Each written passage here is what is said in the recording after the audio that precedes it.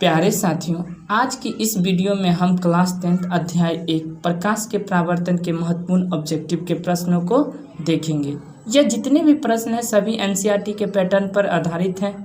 इस वीडियो में वही प्रश्न लिया गया है जो बोर्ड एग्जाम 2023 के लिए महत्वपूर्ण है।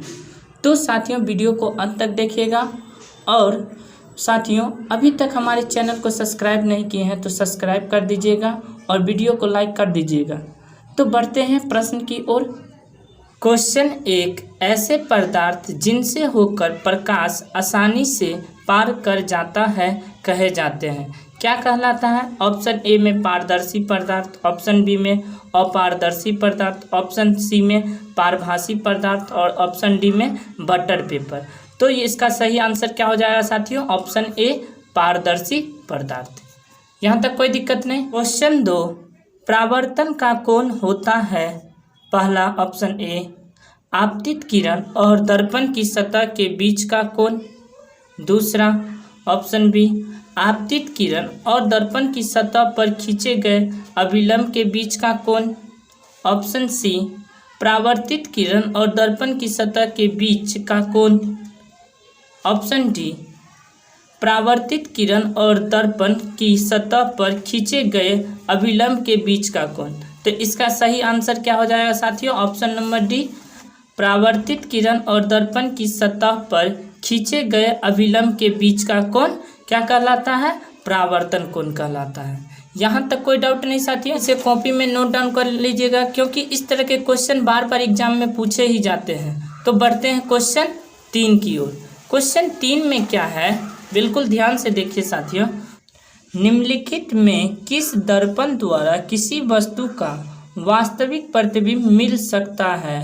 ऑप्शन ए समतल दर्पण द्वारा, ऑप्शन बी अवतल दर्पण द्वारा, ऑप्शन सी उत्तल दर्पण द्वारा, ऑप्शन डी इनमें सभी तीनों द्वारा। तो इसका सही आंसर क्या हो जाएगा? ऑप्शन नंबर बी क्या है? अवतल दर्पण द्वारा।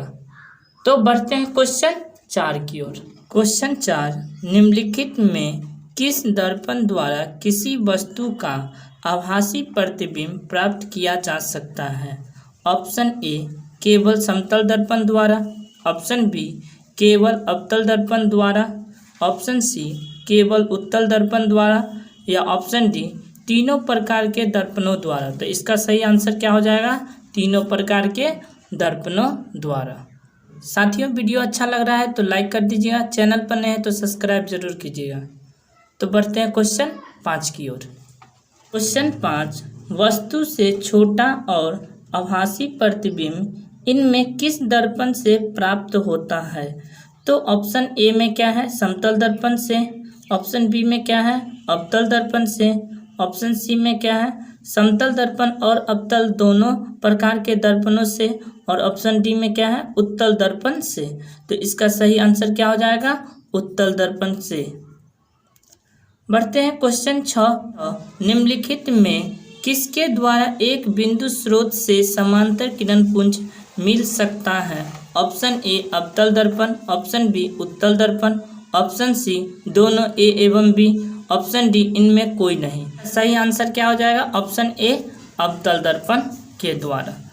तो अगला क्वेश्चन क्या है? क्वेश्चन 7, कहाँ पर स्थिर होने से वस्तु का प्रतिबिंब अवतल दर्पण के फोकस पर बनता है? ऑप्शन ए फोकस पर, ऑप्शन बी वक्रता केंद्र पर, ऑप्शन सी ध्रुव पर और ऑप्शन डी अनंत पर। तो इसका सही आंसर क्या हो जाएगा साथियों? अनंत पर। क्वेश्चन 8, अवतल दर्पण की फोकस दूरी उसकी वक्रता त्रिज्या की ऑप्शन ए दुगुनी होती है, ऑप्शन बी आधी होती है, ऑप्शन सी चौथाई होती है, ऑप्शन डी बराबर होती है। तो इसका सही आंसर क्या हो जाएगा? ऑप्शन बी आधी होती है। यह क्वेश्चन बार बार एग्जाम में पूछे ही जाते हैं साथियों, तो इसे रट लीजिएगा। क्या है? अवतल दर्पण की फोकस दूरी उसकी वक्रता त्रिज्या की आधी होती है। तो बढ़ते हैं क्वेश्चन 9 की ओर। और वीडियो अच्छा लग रहा है तो लाइक कीजिएगा साथियों, और चैनल पर नए तो सब्सक्राइब जरूर कीजिएगा। अपने दोस्तों के साथ शेयर कर दीजिएगा ताकि वे भी इसका लाभ उठा पाए। तो बढ़ते हैं क्वेश्चन 9, एक अवतल दर्पण में वस्तु यानी बिंब की स्थिति फोकस और ध्रुव के बीच हो तो प्राप्त प्रतिबिंब होगा ऑप्शन ए वास्तविक और बड़ा, ऑप्शन बी वास्तविक और छोटा, ऑप्शन सी आभासी मतलब काल्पनिक और बड़ा, ऑप्शन डी आभासी और छोटा। तो इसका सही आंसर क्या हो जाएगा साथियों? ऑप्शन सी आभासी, काल्पनिक और बड़ा। अगला क्वेश्चन 10, किसी अवतल दर्पण द्वारा आभासी, काल्पनिक, सीधा और आवर्धित प्रतिबिंब तब बनता है जब वस्तु यानी बिंब की स्थिति होती है। तो इसका सही ऑप्शन क्या हो जाएगा साथियों? पहले ऑप्शन ए में क्या है? वक्रता केंद्र पर, ऑप्शन बी में क्या है? वक्रता केंद्र से परे, ऑप्शन सी में क्या है? फोकस और वक्रता केंद्र के बीच, और ऑप्शन डी में क्या है? दर्पण के ध्रुव और फोकस के बीच। तो इसका सही आंसर क्या हो जाएगा साथियों? ऑप्शन डी, दर्पण के ध्रुव और उसके फोकस के बीच, इसका सही आंसर हो जाएगा। इसे कॉपी में नोट डाउन कर लीजिएगा साथियों, ताकि एग्जाम के टाइम में इसे एक बार रिपीट कर लीजिएगा तो अच्छे तरीके से याद हो जाएगा और एक प्रॉपर नोट बना रहेगा।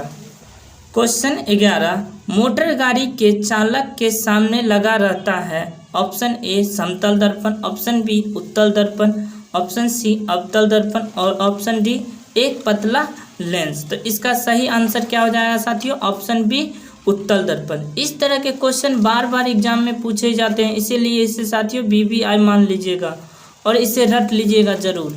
तो बढ़ते हैं क्वेश्चन 12, उत्तल दर्पण द्वारा बना प्रतिबिंब होता है। ऑप्शन ए काल्पनिक और उल्टा, ऑप्शन बी काल्पनिक और सीधा, ऑप्शन सी वास्तविक और उल्टा और ऑप्शन डी वास्तविक और सीधा। तो इसका सही आंसर क्या हो जाएगा साथियों? ऑप्शन नंबर बी काल्पनिक और सीधा। हमेशा उत्तल दर्पण में साथियों काल्पनिक और सीधा प्रतिबिंब बनेगा। क्वेश्चन 13, उत्तल दर्पण द्वारा बना प्रतिबिंब होता है। देखिए साथियों, यह भी क्वेश्चन 12 और क्वेश्चन 13 सेम है, लेकिन इसका ऑप्शन अलग अलग है। तो बिल्कुल ध्यान से देखिए साथियों, ऑप्शन ए में क्या है? हमेशा सीधा, ऑप्शन बी में क्या है? हमेशा उल्टा, ऑप्शन सी में क्या है? सीधा भी और उल्टा भी, ऑप्शन डी इनमें से कोई नहीं। तो इसका सही आंसर क्या हो जाएगा साथियों? हमेशा जो है सीधा बनता है उत्तल दर्पण में। और कैसा बनता है? काल्पनिक और सीधा। यदि इस टाइप से ऑप्शन रहे तो इसका आंसर बी हो जाएगा, और इस टाइप से ऑप्शन रहे तो इसका आंसर ए हो जाएगा।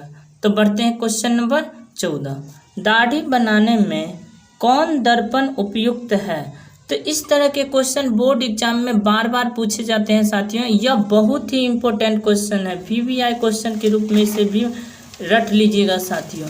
ऑप्शन ए में क्या है? समतल दर्पण, ऑप्शन बी में क्या है? उत्तल दर्पण, ऑप्शन सी में क्या है? अवतल दर्पण और ऑप्शन डी में क्या है? कोई नहीं। तो इसका सही आंसर क्या हो जाएगा साथियों? ऑप्शन नंबर सी अवतल दर्पण। क्वेश्चन 15, यदि किसी अवतल दर्पण की फोकस दूरी f तथा वक्रता त्रिज्या r हो तो इसका ऑप्शन क्या है? ए में f बराबर r/2, ऑप्शन बी में f बराबर 2r और ऑप्शन सी में क्या है? f बराबर 3r/2 और ऑप्शन डी में क्या? f बराबर 0। यह भी जो क्वेश्चन है साथियों बहुत ही इंपॉर्टेंट क्वेश्चन है साथियों, BBI क्वेश्चन है यह भी क्वेश्चन। तो इसका सही आंसर क्या हो जाएगा? ऑप्शन नंबर ए f बराबर r/2। कभी कभी हो सकता है साथियों इसे इस रूप में भी लिखा जा सकता है r बराबर 2f। तो यह भी इसका सही आंसर हो जाएगा। तो बढ़ते हैं क्वेश्चन अगला 16 में क्या है? किसी गोलीय दर्पण की वक्रता त्रिज्या यानी कि r जो है कितना है? 50 सेंटीमीटर है। तो उसकी फोकस दूरी यानी f हमें ज्ञात करना है। तो साथियों इसे हम f कैसे निकालेंगे? इस सूत्र पर f बराबर क्या होता है? r/2। r कितना है साथियों? 50 और बट्टे में 2, तो कितना हो जाएगा? 25 सेंटीमीटर। तो इसका सही आंसर क्या हो जाएगा साथियों? 25 सेंटीमीटर, ऑप्शन नंबर सी। अगला क्वेश्चन क्या है साथियों? प्रकाश के परावर्तन के कितने नियम हैं? प्रकाश के परावर्तन के मुख्यतः कितने नियम हैं? 2 साथियों। तो इसका सही आंसर क्या हो जाएगा? Option number B. इस तरह के क्वेश्चन भी बोर्ड एग्जाम में बार बार पूछे जाते। इस साल भी पूछा गया था साथियों 2022 में कि प्रकाश के परावर्तन के कितने नियम हैं। तो इसे बिल्कुल रट लीजिएगा साथियों और अपने दोस्तों के साथ शेयर करें साथियों, और वीडियो अच्छा लग रहा है तो लाइक जरूर कीजिएगा। बढ़ते हैं क्वेश्चन 18। क्वेश्चन 18 में क्या है साथियों? एक अवतल दर्पण की फोकस दूरी यानी f बराबर कितना है? 10 सेंटीमीटर। तो इसकी वक्रता त्रिज्या यानी r हमें ज्ञात करना है। तो यहाँ से देखिए साथियों, r बराबर हमने अभी क्या बतलाया आपको कि 2f होता है। क्या होता है? 2f। तो 2 गुने f का मान कितना है? 10, 10 दूना 20। तो इसका सही आंसर क्या हो जाएगा? Option number C, 20 centimetre. यहाँ तक कोई दिक्कत नहीं साथियों। तो अगला question, question number 19। Question number 19 में क्या है साथियों?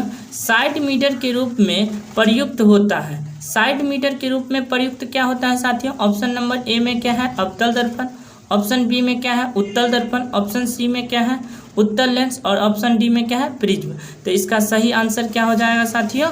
उत्तल दर्पण। क्वेश्चन 20, फोटोग्राफी कैमरा का अभिदृश्यक होता है। ऑप्शन ए उत्तल लेंस, ऑप्शन बी अवतल लेंस, ऑप्शन सी उत्तल दर्पण, ऑप्शन डी अवतल दर्पण। तो इसका सही आंसर क्या हो जाएगा साथियों? उत्तल दर्पण। तो प्यारे साथियों, अभी तक हमने प्रकाश के परावर्तन के महत्वपूर्ण 20 प्रश्न देखे हैं। साथियों, यह पार्ट 1 है।